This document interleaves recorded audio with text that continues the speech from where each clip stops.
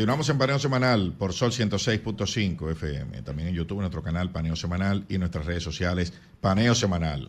Luis, presente al invitado. Tenemos ya a nuestro invitado que está participando, va a participar mediante Zoom, está fuera del país.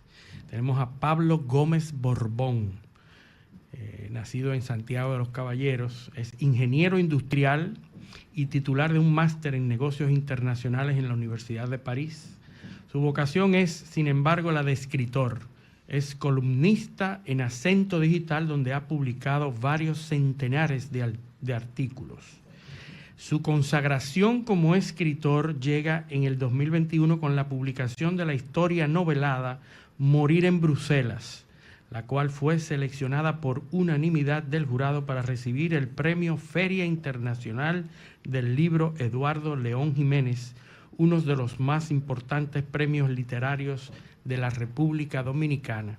Es también autor de la novela, de la historia novelada también, Yo Balaguer, que vamos a hablar en el día de hoy. Muy buenos días, don Pablo Gómez. Buenos días, ¿cómo estás? Muy bien, José. Encantado de tenerlo aquí. Bueno, está Luis José Polanco, José Eliseo Almanzar y José del Castillo hijo. Mi padre iba a estar con nosotros, pero está afectado de una gripe, que se le ha complicado. Tiene ya varios días en eso. Y bueno, no pudo estar. Pero está publicando unos artículos muy interesantes a propósito de que él presentó en Santo Domingo, junto a otras personas, ¿verdad? Su obra Yo Balaguer. Y bueno, preguntarle, don Pablo, primero para iniciar, ¿qué pretende usted con esta obra? ¿Cuál es el aporte que usted quiere traer? ¿Por qué ahora presentar esta edición novelada de una especie de autobiografía, ¿verdad? Me recuerda esa obra Yo Claudio, ¿no? Pero en este caso de un personaje como es el doctor Joaquín Balaguer. Bueno, José, ante todo, muchas gracias por la invitación. Transmite a tu padre, mi querido José, mis deseos de un pronto restablecimiento.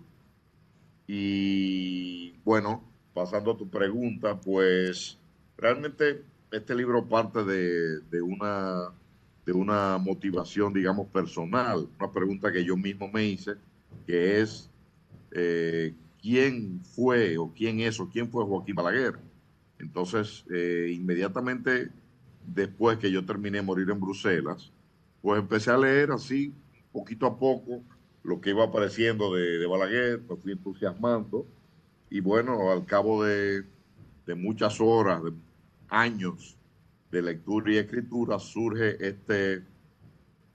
este libro, que no es más que mi respuesta a esa pregunta que yo me hice, pero que creo que es una pregunta que es de interés general, y realmente es lo que lo que pretendo con el libro no es ni tomar posición ni a favor ni en contra, sino presentar la vida pública, privada del doctor Balaguer de la forma más imparcial posible, dejando naturalmente a cada lector su deber y su derecho de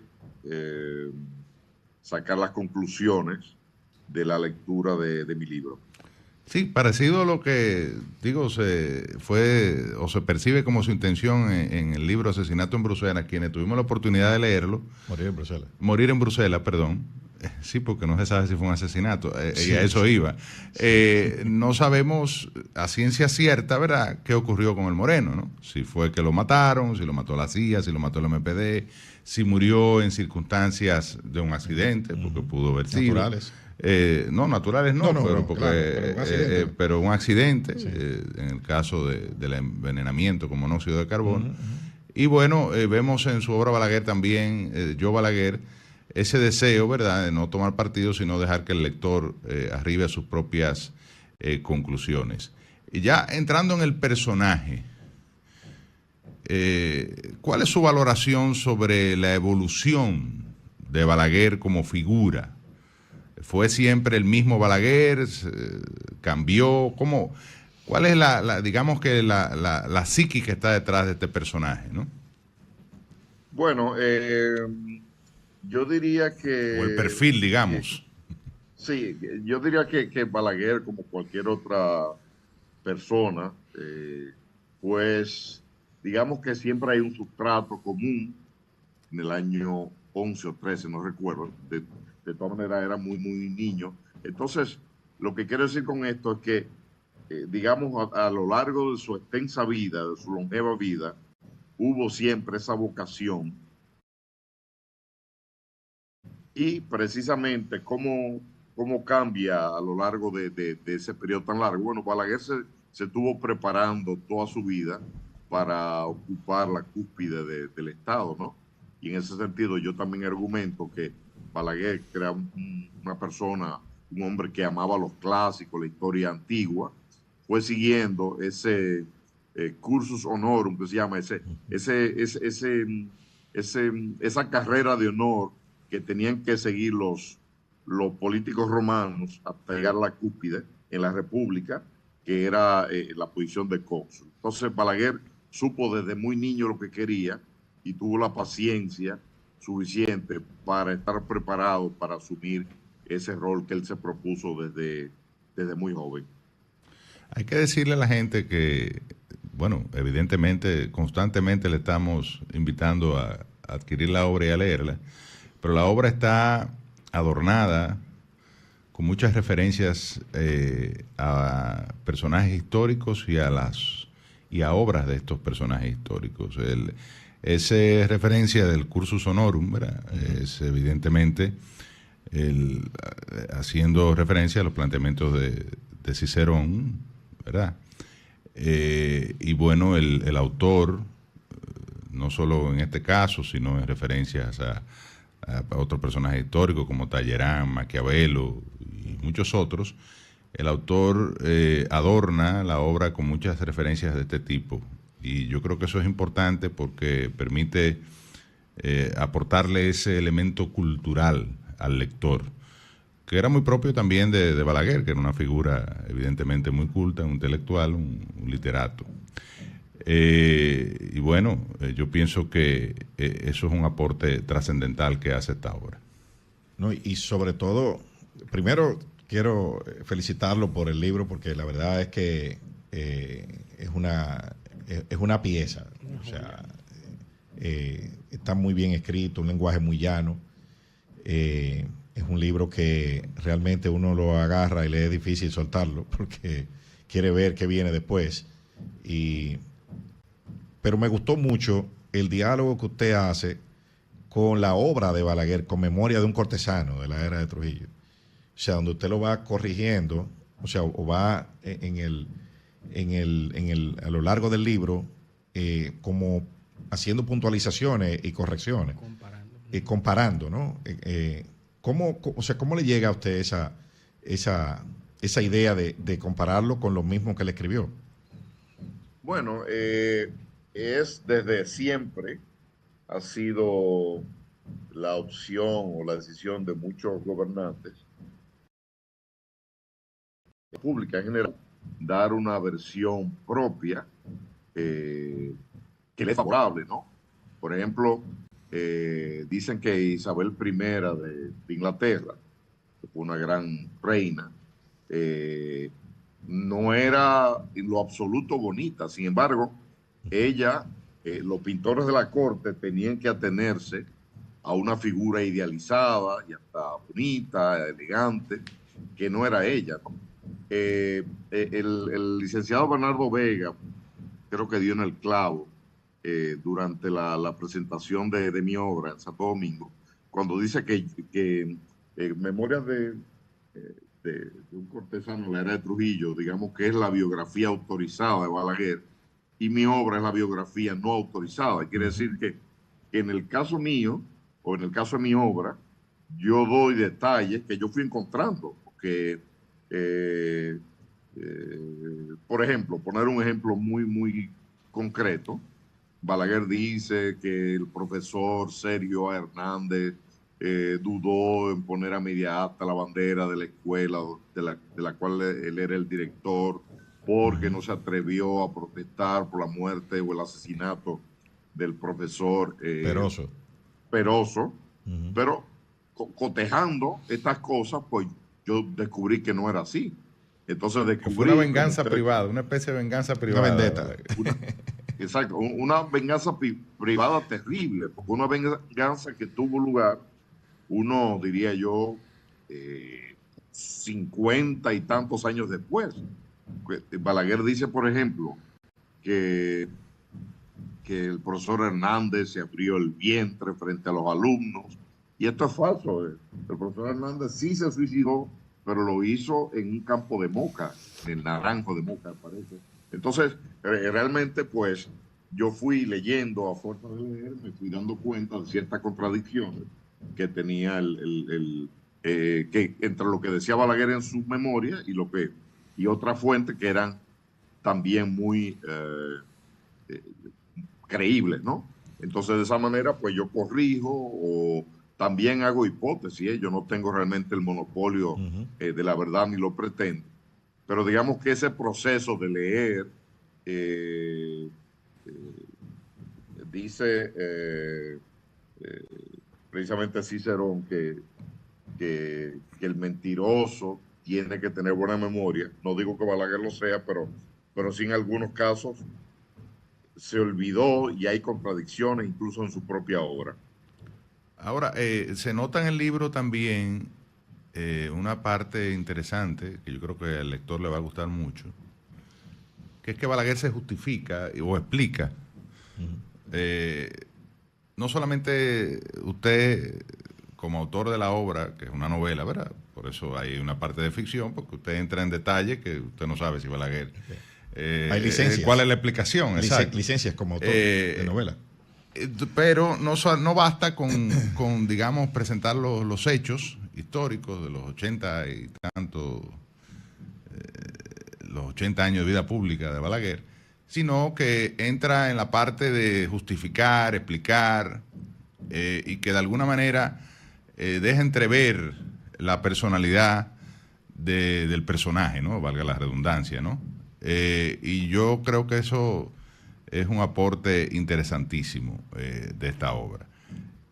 Me gustaría un poquito que nos hable sobre cuál fue el proceso para darle un poquito, digamos, al lector de lo que va a encontrar en la obra, de cómo se desarrolló la primera etapa de Balaguer como persona pública, que fue en la era de Trujillo, y cómo fue construyendo esa relación con el dictador, que terminó en que Trujillo, que era un tipo paranoico, que bueno, muy celoso de su poder, lo terminó llevando como presidente títere, que finalmente, a la hora de la muerte de Trujillo, pues el presidente, desde el año 1959, me parece, si mal no recuerdo, era Balaguer, ¿no?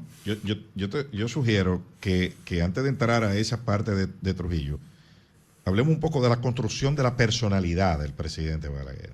De Balaguer niño. Sí, o sea, porque la psicología y los aspectos psicológicos que se construyen en ese proceso de construcción de personalidad determinaron mucho lo que fue esa parte de la vida que tú preguntas, José. Relación con la madre.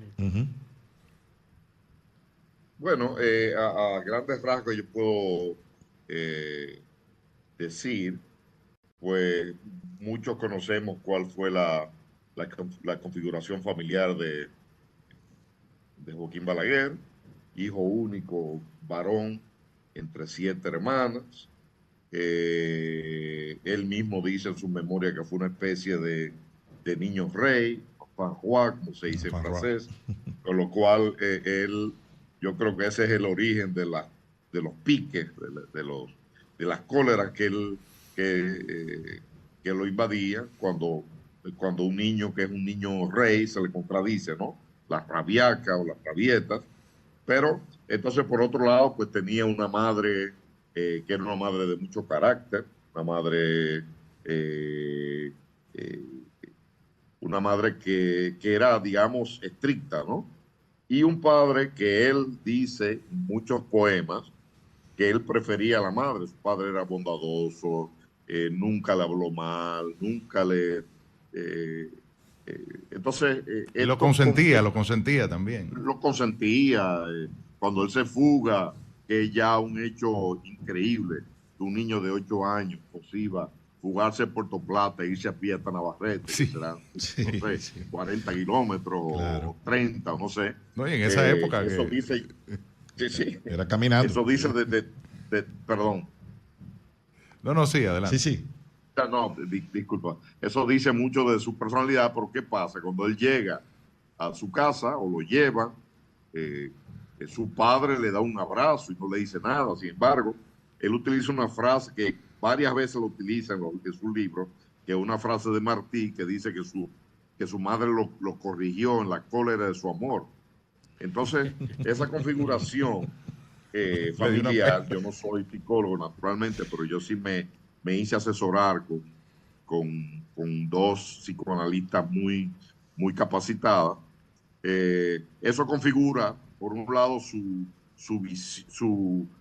vida pública y también su vida privada. En cuanto a la vida pública, eh, pues él de alguna manera venga o al menos digamos que triunfa pensando que su padre como comerciante fracasó, que su padre que fue una magnífica persona, una masa de pan, dice Manuel Cabral, fue maltratado por la vida, por la sociedad santiaguera.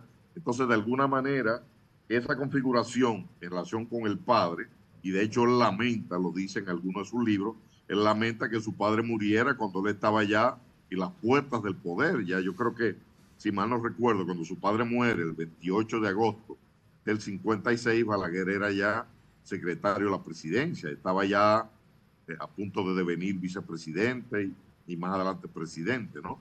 Entonces, ciertamente su configuración familiar, pues afecta también su vida privada, su relación, su soltería, su relación con los hijos que no reconoció, y que yo voy a abstenerme para no dañarle, digamos, la lectura a quien la se gente. interese. Sí, pero ese es naturalmente muy importante, digamos, su configuración familiar en el futuro de su vida pública y privada. A pesar de eso, mucha gente se equivocaba con Balaguer. Es decir, lo veía un hombre pequeño, calladito, ¿verdad? Que no mataba ni una mosca. Incluso parte de sus enemigos, pues él dice que lo subestimaron, ¿no? A todos yo creo que los hizo pagar muy caro ese error, ¿no? Entonces, un poquito sí me gustaría, para quizá adelantarle algo al lector, de una era, de una parte muy importante de la construcción de Balaguer, ¿verdad? Esa parte de cómo Balaguer evoluciona en ese cursus honorem en el Trujillato y logra ese nivel de confianza del dictador, que en su momento de más alta paranoia lo escoge para ser el presidente de la República. Quizás, como él decía, porque lo subestimaba, no le veían visión. Sí, mira,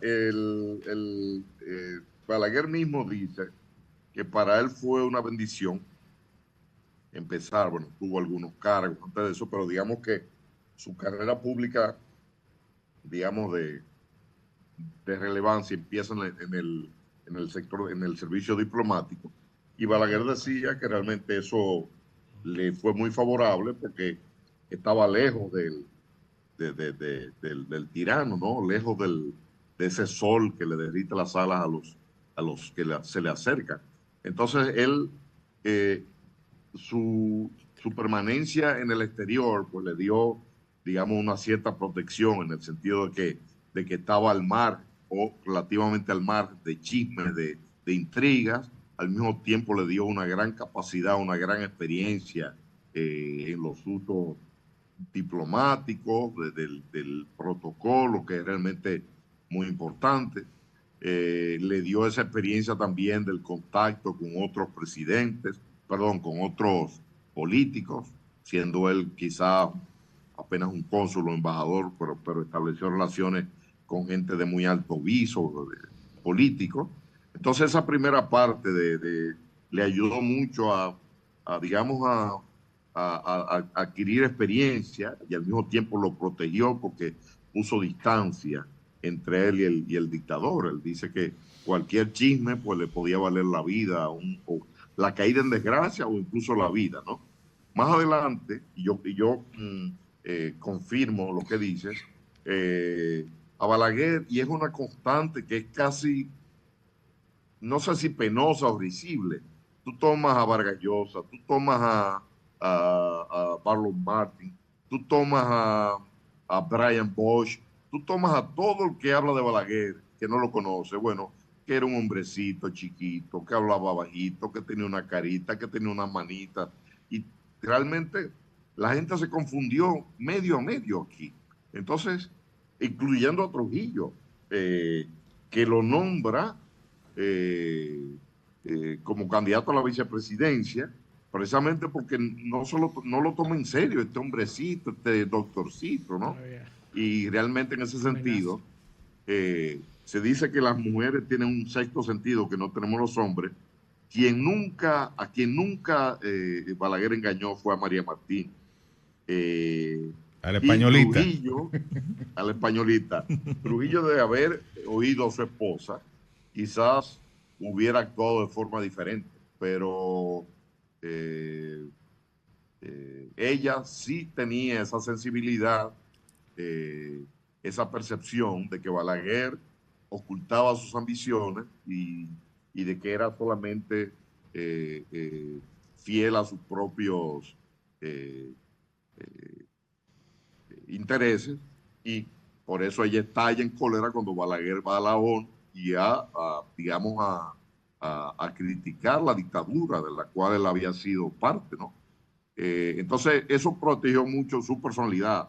Balaguer no fingía, Balaguer era una persona que era introvertido, y entonces eso le ayudó a él, y en no poca medida, a sobrevivir y a escapar a la caída en desgracia. Fíjate que Balaguer nunca cayó en desgracia. Bueno, sí, lo quitaron de Madrid, pero al cabo de un tiempo breve, pues ya estaba en otra posición, ¿no? Balaguer nunca cayó en desgracia porque nunca ocupó esa principalía que ocuparon otros personajes como Anselmo Paulino o Fello Vidal, etcétera. Y de ese periplo en el exterior del presidente Balaguer, usted el caso de Colombia, ese contacto que tuvo con el Bogotazo, con Eliezer Gaitán, creo que fue una de las cosas que más lo marcó a él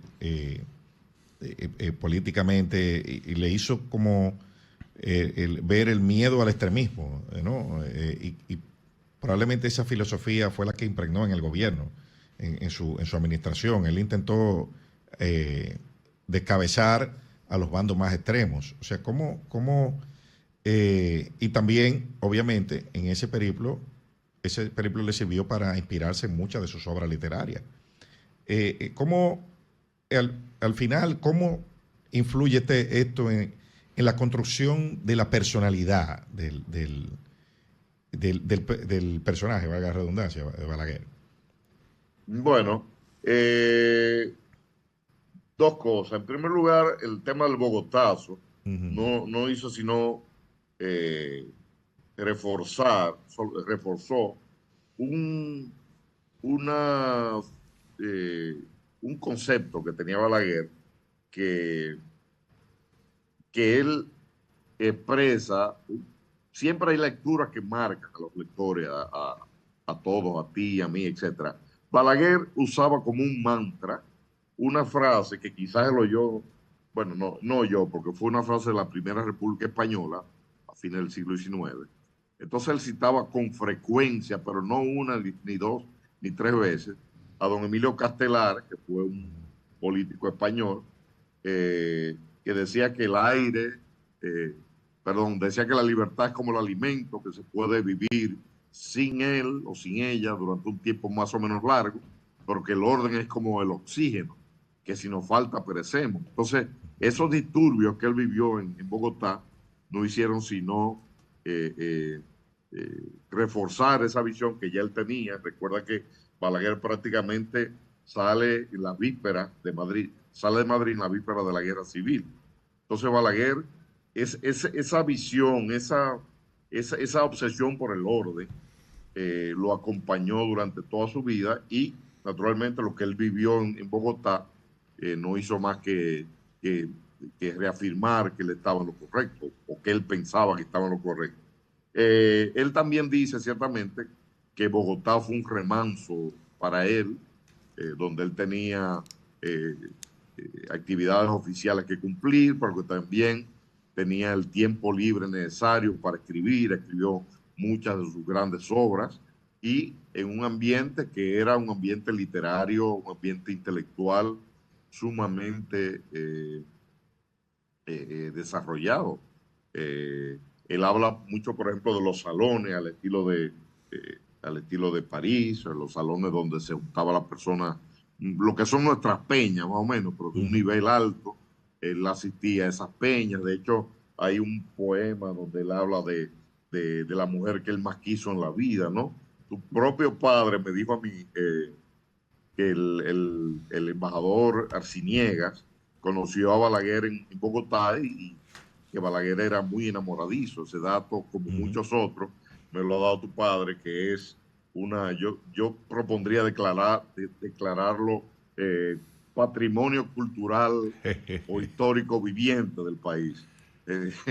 Porque tu padre me dio muchos datos interesantes. Pero volviendo al tema, sí, Balaguer le aprovechó muchísimo el tema de estar en Colombia. Hubo algún chisme que decía que uno de los hermanos de Pradel le había dicho a Trujillo que lo mandara de castigo a Colombia. En todo caso, no creo que sea cierto, y si lo fue un magnífico castigo, porque fue quizá de los periodos en los cuales Balaguer fue más productivo en términos literarios y de los periodos en los cuales más aprendió.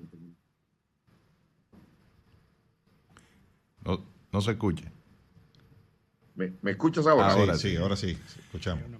Balaguer generó rivalidades interesantes durante su vida pública, lógicamente. Una de ellas, que sería bueno, me gustaría escuchar algunos comentarios sobre ella, fue con Rafael Filiberto Bonelli. Y creo que evidentemente, creo no, tiene su origen en Santiago, en los celos literarios, ¿verdad?